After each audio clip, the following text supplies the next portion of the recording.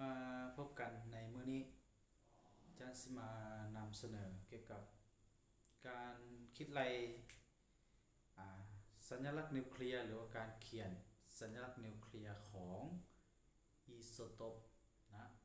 การเขียนสัญลักษณ์นิวเคลียร์ของอิโซโทปซึ่งว่าบรรดาอิโซโทปนั้นมันจะมีหลายอิโซโทปแต่ว่าสัญลักษณ์นิวเคลียร์ของมันจะต่างกันหรือว่าคือการจังใดนั้นเอาไปติดตามกันเลยนะคืออยู่ในนี้สิยกตัวอย่างมาจงเขียนสัญลักษณ์นิวเคลียร์ของอิโซโทปที่มีจำนวนอนุภาคดังนี้นะจำนวนอนุภาคหมายความว่าจำนวน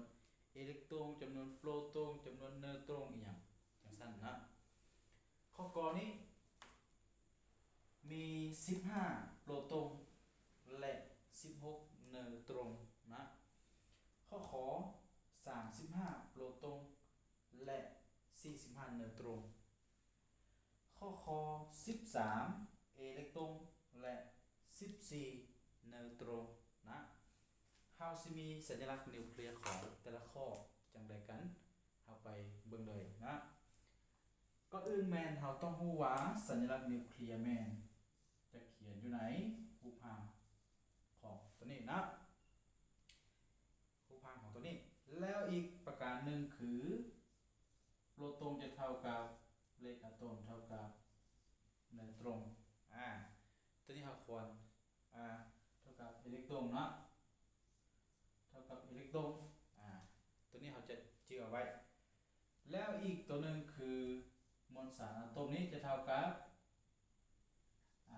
เลขอะตอมบวกกับ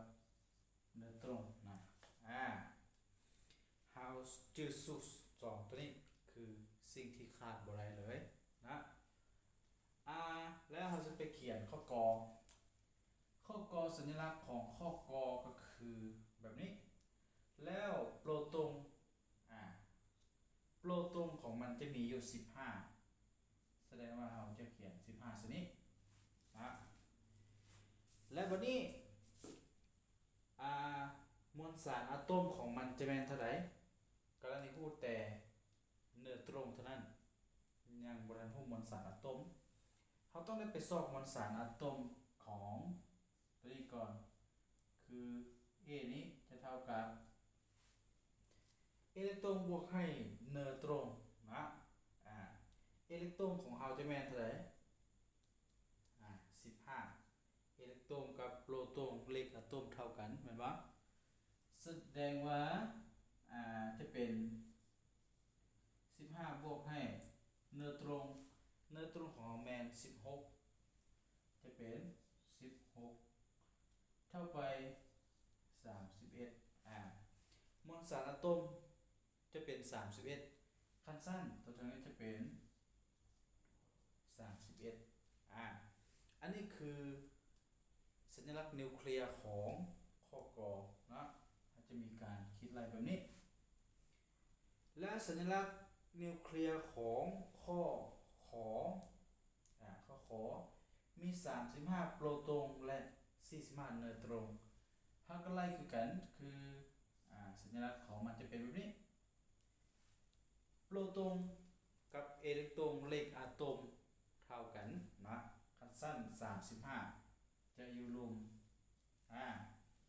แต่ว่าฮู้แต่เนโตรนยังมวลสารอะตอมบ่ฮู้เขาก็ต้องได้ไปใส่สูตรนี้คือกันเป็น A เท่ากับเลขอะตอมบวกกับเนโตรนนะหรือว่าตัวนี้เราสิเปลี่ยนมาเขียนเป็นโปรตอนได้บ่นะสิเขียนมาเป็นโปรตอนได้บ่ก็ได้คือกันนะเพราะว่าอยู่นี่โปรตอนอิเล็กตรอนแล้วก็เลขอะตอมเท่ากันนะโอเคสั้นจะเป็น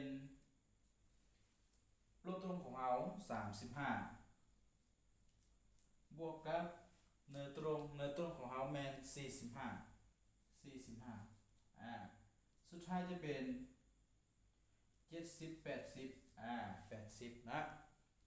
แสดงว่ามวลสารอะตอมอยู่นี่จะเป็น80อั อันนี้คือสัญลักษณ์นิวเคลียร์ของข้อขอนะอาจจะต้องได้คิดอะไรแบบนี้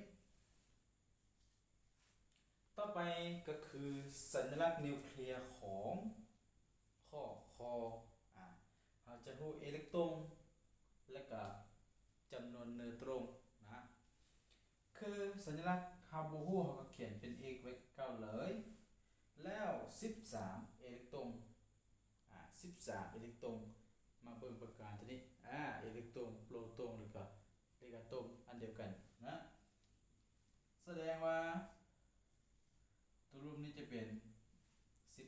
13แล้วมวลสารอะตอมเรายังบ่ฮู้คือกันนะเราจะได้ไปใส่สูตรโตเก่าเท่ากับตัวนี้เราจะเปลี่ยนเป็นอิเล็กตรอนได้บ่นะอิเล็กตรอนบวกกับเนอร์ตรอนแบบนี้ก็ได้คือกันนะแล้วเท่าต่อไปอิเล็กตรอนของเราแม่น13และเนอร์ตรอนแม่น14แสดงว่า13บวก14จะเป็น27แสดงว่ามวลสารอะตอมของเราจะเป็น37เขียน37ไว้อันนี้คือสัญลักษณ์นิวเคลียร์ของข้อคอที่เราจะต้องได้เขียนนะอันนี้คือการเขียนสัญลักษณ์นิวเคลียร์โดยที่ว่าเรารู้บรรดาอนุภาคต่างๆจะเป็นโปรตอนอิเล็กตรอนเนอร์ตรอนนะเราสามารถใช้วิธีนี้ในการเขียนสำหรับมาฮอนี่วิดีโอของเราจะได้จบลงนะขอบใจที่รับชม